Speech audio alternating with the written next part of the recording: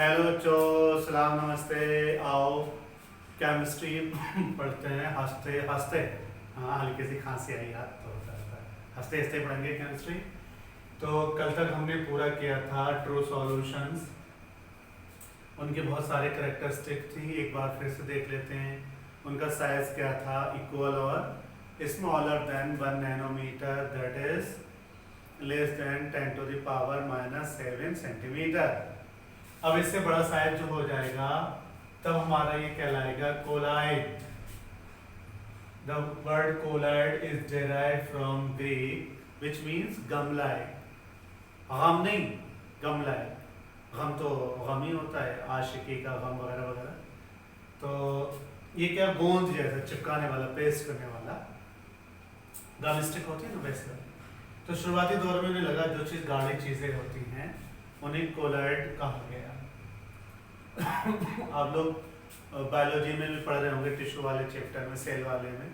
तो प्रोटोप्लाज्म क्या होता है, कोलाइडल नेचर शो करता है। तो लिख लीजिए, चाहे तो उसकी डेफिनेशन लिखेंगे। Colloids are those heterogeneous mixtures. Colloids are those heterogeneous mixtures in which the size of solute particles is from 10 to the power minus 7 to 10 to the power minus 5 centimeter.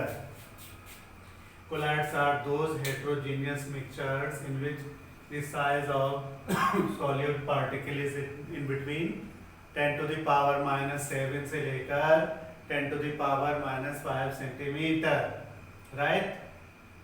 तो इनका मतलब क्या हुआ, इसमें जो पार्टिकल साइज है वो क्या होगा, जो ट्रू सॉल्यूशन के पार्टिकल का साइज जो था उससे बड़ा हो जाएगा। अब देखो, इसमें एक खास बात ये है, ये हमने क्या कहा है, हेट्रोजीनियस कहा है। अब यहाँ पर नाम थोड़ा बदलेंगे, यहाँ पर सॉल्यूट का नाम हो जाएगा, सॉल्यूट को हम कहेंगे डिस्पर्स्ड फेज, और सॉल्वेंट को बुलाएंगे डिस्पर्शन मीडियम। तो असल में ये नाम इसलिए रखा गया कि सॉल्यूट में हमने देखा, ट्रू सॉल्यूशन में देखा, वो चीज़ अपने आप घुल जाती है। शुगर है, पानी में घुल जाएगा आसानी से। नमक है, पानी में घुल जाएगा आसानी से। मान ली स्टार्च है, स्टार्च को हम पानी में घोलें तो आसानी से नहीं गिरेगा, स्टेबल नहीं होगा, ठीक है, क्योंकि उसका पार्टिकल साइज थोड़ा क्या होगा, बड़ा हो जाएगा। तो उसमें क्या जबरदस्ती घोला गया है, उसको हेट्रोजीनियस था होमोजीनियस बनाने की कोशिश की गई है, इसलिए हम उसको क्या कहेंगे, डिस्पर्स्ड फेज, डिस्पर्शन मीडियम। ये इंक जिससे मैं लिख रहा हूँ एक्चुअली कोलाइड है, जिसमें डिस्पर्स्ड फेज क्या है, कार्बन पार्टिकल, इंक के जो पार्टिकल्स होते हैं। डिस्पर्शन मीडियम क्या है, इसमें लिखा रहता है अमाइल एसीटेट। क्या, अमाइल एसीटेट। इसको सूंघेंगे, इसकी स्मेल भी आती है, ठीक है। शायद मुझे खांसी उठती है, मैंने डॉक्टर साहब से पूछा तो बोले आपको इससे एलर्जी हो सकती है। अब चौक से पढ़ाइए। चौक से जब पढ़ाया तो बच्चों क्या नहीं था, बहुत क्लियर नहीं आ रहा है। तो यहाँ पर सॉल्यूट क्या कहलाएगा, डिस्पर्स्ड फेज। सॉल्वेंट क्या कहलाएगा, डिस्पर्शन मीडियम। अब बच्चों इसके एग्जाम्पल जो हैं बहुत एग्जाम में पूछे जाते हैं। सबसे पहला एग्जाम्पल्स ऑफ कोलाइड, बोलो मिल्क। इतने सारे हैं कि आपकी क्लास में जितने बच्चे होते हैं उतने एग्जाम्पल दिए जा सकते हैं। गिनिए, मिल्क, ब्लड, गम और जेल इंक और पेस्ट, टूथपेस्ट है ना, शैम्पू, क्या और क्या हो सकता है, स्टार्च सॉल्यूशन, वेरी गुड। और क्या हो सकता है, बोलो प्रोटोप्लाज्म। और क्या हो सकता है, हेयर सेटिंग जेल हो सकता है। तो ये सब क्या है, कोलाइड्स हैं, है ना, याद रखें एग्जाम में अच्छा है। अब जरा देखें इनकी प्रॉपर्टीज को स्टडी करिए। तो प्रॉपर्टीज और कैरेक्टरिस्टिक्स ऑफ कोलाइड्स, प्रॉपर्टीज और कैरेक्टरिस्टिक्स ऑफ कोलाइड्स।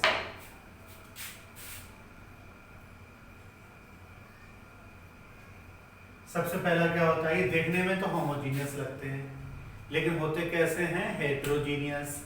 मान लीजिए कोई मरीज लेटा हुआ है, ठीक है, उसको ब्लड चढ़ाया जा रहा है।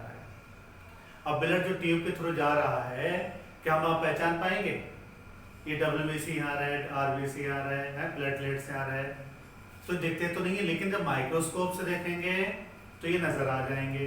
तो देखने में कैसे हुए ये होमोजीनियस, लेकिन होते कैसे हैं, हेटेरोजीनियस।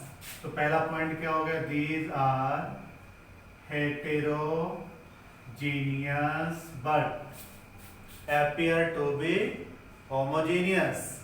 ठीक, दूसरा क्या होगा, दीज आर स्टेबल। स्टेबल होते तो नहीं लेकिन इनमें बनाया जाता है, कोई ऐसा केमिकल मिला दिया जाता है। जैसे वैसे आप क्रीम जो है पानी में घोलने की कोशिश करें तो नहीं घुलेगा। मिल्क के अंदर क्या होती है जो मिल्क क्रीम होती है वो घुली रहती है, लेकिन बच्चों आपने महसूस किया होगा जब हम उसको गर्म करेंगे तो क्रीम क्या होगी, ऊपर आ जाएगी। तो पता चला उसके अंदर जो एंजाइम, जो प्रोटीन होती हैं उसको घोलने में मदद करती हैं, स्टेबलाइजर की तरह काम करती हैं। तो कोलाइड जो बनते हैं इनको घोलने के लिए जो चीज़ अलग से मिलाते हैं उसको स्टेबलाइजर कहते हैं। फॉर एग्जाम्पल आप एग्जीबिशन में या कहीं जो मेले वेले लगते हैं, एग्जीबिशन होती है, उसमें आइसक्रीम खाने जाएंगे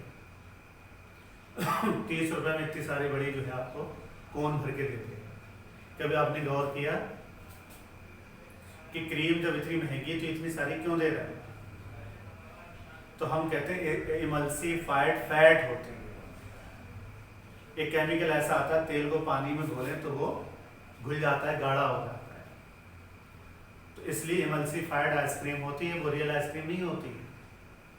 या यूँ कहें कि हमारे हाथ पे तेल लगा हुआ है, हम सादा पानी से धोने की कोशिश करें, साफ ही नहीं हो रहा है।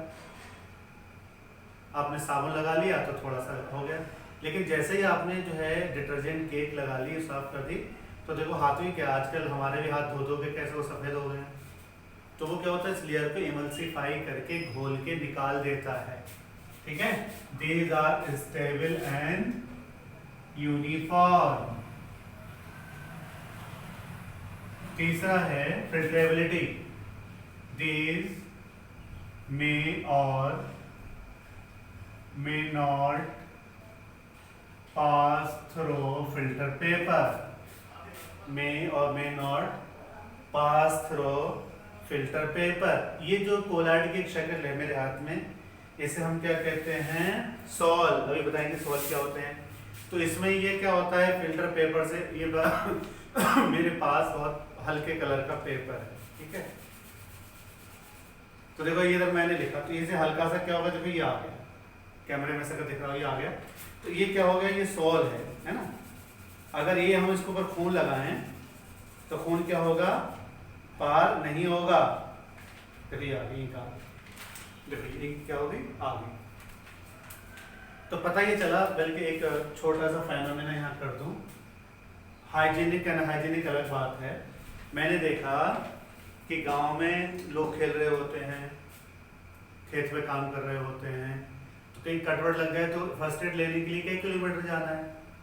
तो क्या लगते हैं, हल्का सा कट लगा तो बीड़ियाँ जो रखी जाती है ना, वो पतंग वाला कागज होता है, उसको चिपका दिया तो क्या होता है, वो खून को बाहर नहीं होने देता है। और इसी दौरान हम लोग 10th में पढ़ेंगे क्लॉटिंग की जो है, थ्रोम्बोसिस जो है थोड़ी देर में हो जाती है। ब्लड जो बह रहा होता है, ब्लीडिंग हो रही होती है, वो क्या होती है, रुक जाती है। ऐसे पतंग का कागज लगा दें तो वो क्या करता है, उसे खून पास नहीं है। लेकिन पतंग वाले कागज में देखें पानी डालें तो क्या होगा, नीचे वाला हिस्सा क्या होगा, गीला हो जाएगा। इसलिए हमने कहा कोलाइड मे और may not pass through filter paper. ये डिपेंड करेगा कैसा है। एक वर्ड सुनिए, जिसको आगे चल के आप क्लियर कर पाएंगे। Colloid exist in sol and gel form. What? Sol and gel form. ठीक है। अगला जो है बहुत इंपॉर्टेंट है, जो काम आने वाला है हमारे आगे। Components of a colloid can be separated by centrifugation method. Centrifugation method. और इसके लिए मशीन होती है उसको कहते हैं सेंट्रीफ्यूज। क्या कहते हैं? सेंट्रीफ्यूज। इस आप लोगों ने नहीं देखी होगी लेकिन मैंने देखी है। शहर के किनारे, गांव के किनारे में दूध से क्रीम निकालने की मशीन रहती है। वो तेजी से घूमती है, क्रीम हल्का होता है ऊपर आ जाता है, दूध क्या होता है नीचे रह जाता है। हम लोग उसे क्या कहते हैं? Separated milk. मैं एक दफ़ा घूमने गया रिश्तेदारी में अपनी, वो कहने लगे चलो मॉर्निंग वॉक पे चलते हैं। चलिए, तो रास्ते में हमने कहा देखो यहाँ पर ये सपरेटा बनाते हैं, सपरेटा। सोचा शायद कोई मिठाई का नाम होगा, यहाँ तो स्वीट डिश होगी। मैंने बाहर देखा, मैंने सपरेटा कहा, बोले ये तो है। ओ, मेरी ब्रेन ने काम कर दिया। मैंने हो सेपरेटेड को ये बिगाड़ के सपरेटा कह रहे हैं। So this is my India, that's why I love my India. तो वो सेपरेटेड मिल्क को सपरेटा कहते हैं। वो सपरेटा जो बना, मेरा मतलब है जो सेपरेटेड मिल्क बनाते हैं वो कैसे बनाते हैं? सेंट्रीफ्यूज। बल्कि वो कहने लगे आओ सपरेटे की चाय पिलाते हैं। मैंने आइडिया तो बढ़िया है। जिन लोगों को क्रीम से उलझन होती है तो उनके लिए बिना क्रीम का दूध मौजूद है वहाँ पर। तो हम कहेंगे component of colloid can be separated by centrifugation method. और मशीन का नाम क्या होगा? सेंट्रीफ्यूज। सेंट्रीफ्यूजली क्या है? मतलब ये कोई मशीन है तो ये जो है अपने सेंटर से दूर भागती है। आप लोग पढ़ेंगे फिजिक्स में सेंट्रीफ्यूगल फोर्स, सेंट्रीपेटल फोर्स। तो फ्यूगल फोर्स क्या होता है? बाहर की तरफ लगता है, सेंट्रीपेटल अंदर की तरफ लगता है, इसलिए इसका नाम पड़ गया सेंट्रीफ्यूज। अगला जो बहुत इंपॉर्टेंट है, colloid show optical activities. Optical activities like, सबसे पहले उसका आपको बताऊंगा मैं, टिंडल इफेक्ट। Tyndall effect. और दूसरा है Brownian motion. Brownian motion, Tyndall effect and Brownian motion. फिर से देखते हैं, एग्जाम के लिए इंपॉर्टेंट है। These are heterogeneous in nature, stable and uniform। मान लीजिए जेलिंग के अगर स्टेबल यूनिफॉर्म नहीं हो तो मुश्किल पैदा करेगी। लेकिन अभी भी मैंने देखा कि रिफिल्स हैं जो आखिरी एकदम खत्म होने वाली होती हैं, वो इंक गाड़ी आने लगती है।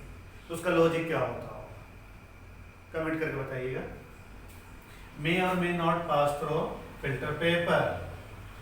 There components can be separated by centrifugation method. और मशीन का नाम क्या होगा? सेंट्रीफ्यूज। अब जरा देखते हैं टिंडल इफेक्ट क्या होता है। टिंडल इफेक्ट, ये कॉपी में चेक कर रहा था 9th क्लास की, हमारे ज़माने में बोर्ड हो रहा था, तो किसी बच्चे को आंसर नहीं आ रहा होगा। तो टिंडल इफेक्ट, कई बार कुछ चीज़ें ऐसी होती है नहीं पढ़ी होती है, तो वो बच्चा लिख रहा है टिंडा खाने से अगर पेट में दर्द होने लगे तो उसे टिंडल इफेक्ट कहते हैं। माय इंडिया इज ग्रेट, लिखने में भी जोड़ा लगा देते। तो क्या हो गया? Tyndall effect. तो टिंडल इफेक्ट में थोड़ा सा एग्जाम के लिए अच्छा है तो लिख लेते हैं, टिंडाल इफेक्ट लिखा जाता है। टिंडल इफेक्ट लिखिए जरा। The visibility of path of light, visibility of path of light when it passes through colloidal solution. I would like to repeat it again. The visibility of path of light when it passes through colloidal solution. आप लोग भी रखना घर में, अगर laser torch जो होती है, टॉय टॉर्च जो होती है, तो आप जो जेल वाला पेन होता है ना, इसके ऊपर रोशनी डाल के देखना, उसको इंक के ऊपर, रिफिल के ऊपर, तो बाकायदा आपको उसका रास्ता क्या होगा, विजिबल हो जाएगा। मैंने अपने घर में बच्चों करके दिखाया था, अगर वीडियो बन सकता है तो मैं बनाऊंगा। ये हनी की शीशी रखी हो, उसमें जो टॉय टॉर्च है, लेजर टॉर्च है, उसको डाल के देखिएगा तो बाकायदा उसका रास्ता क्या होगा, विजिबल हो जाएगा। ये होता इसलिए है कि कोलाइड के पार्टिकल थोड़े बड़े होते हैं, तो वो लाइट को क्या कर देते हैं, स्कैटर कर देते हैं। तो this Tyndall effect is due to scattering of light by colloidal particles. Visibility of path of light by colloidal particle is called as Tyndall effect। भाई ये देखो मेरी बैटरी है, नन्ही सी टॉर्च है, हंसना मत भाई, टॉर्च हमारे यहाँ तो ऐसे ही मिलेगी, अभी बनाई बहुत नहीं। अब चाइनीज चूमू चूमू छोड़ी टॉर्च जब कुछ भी कर देगी।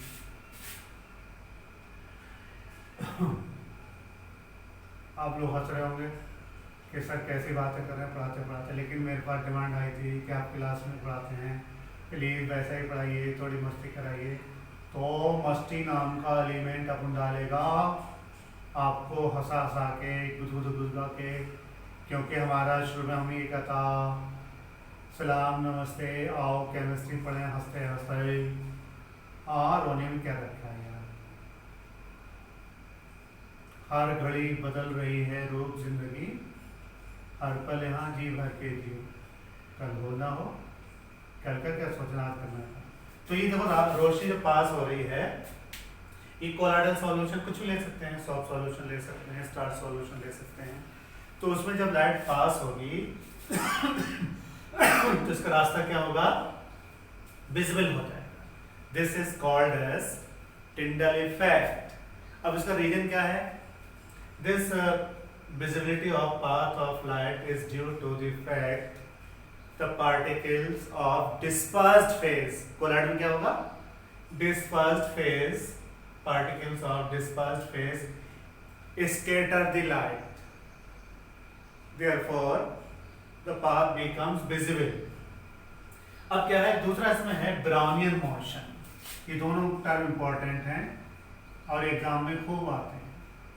रॉबर्ट ब्राउन ने इसको डिस्कवर किया, इसलिए इसका नाम पड़ गया ब्राउनियन मोशन। एक्चुअली वो बायोलॉजी में प्रोटोप्लाज्म पे काम कर रहे थे, तो उन्होंने देखा वो जो प्रोटोप्लाज्म के पार्टिकल्स हैं, है ना, पार्किंसन और ये सब लोग काम कर रहे थे उस वक्त, तो उन्होंने कहा पार्टिकल लगातार जिगजैग मूवमेंट करते रहते। तो उन्हें ये पता चला कि कोलाइड जो है, प्रोटोप्लाज्म एक कोलाइड है और उसके अंदर जो पार्टिकल हैं वो मूव कर रहे हैं। तो नोट करें जरा, zigzag movement of colloidal particles when zigzag movement of colloidal particles is called as Brownian motion। ये zigzag क्यों हो रहा है? zigzag इसलिए हो रहा है जैसे आप खाली सड़क पर भागें और भीड़ वाले इलाके में दौड़ें तो आप किसी आदमी से टकराने वाले होंगे तो रास्ता बदल लेंगे। ऐसे क्या होता है, मान लीजिए पार्टिकल है, ये इधर गया, फिर इधर गया, फिर ये टकराया, फिर इधर गया, है ना। तो ये जो है जिगजैग मूवमेंट होता रहता है।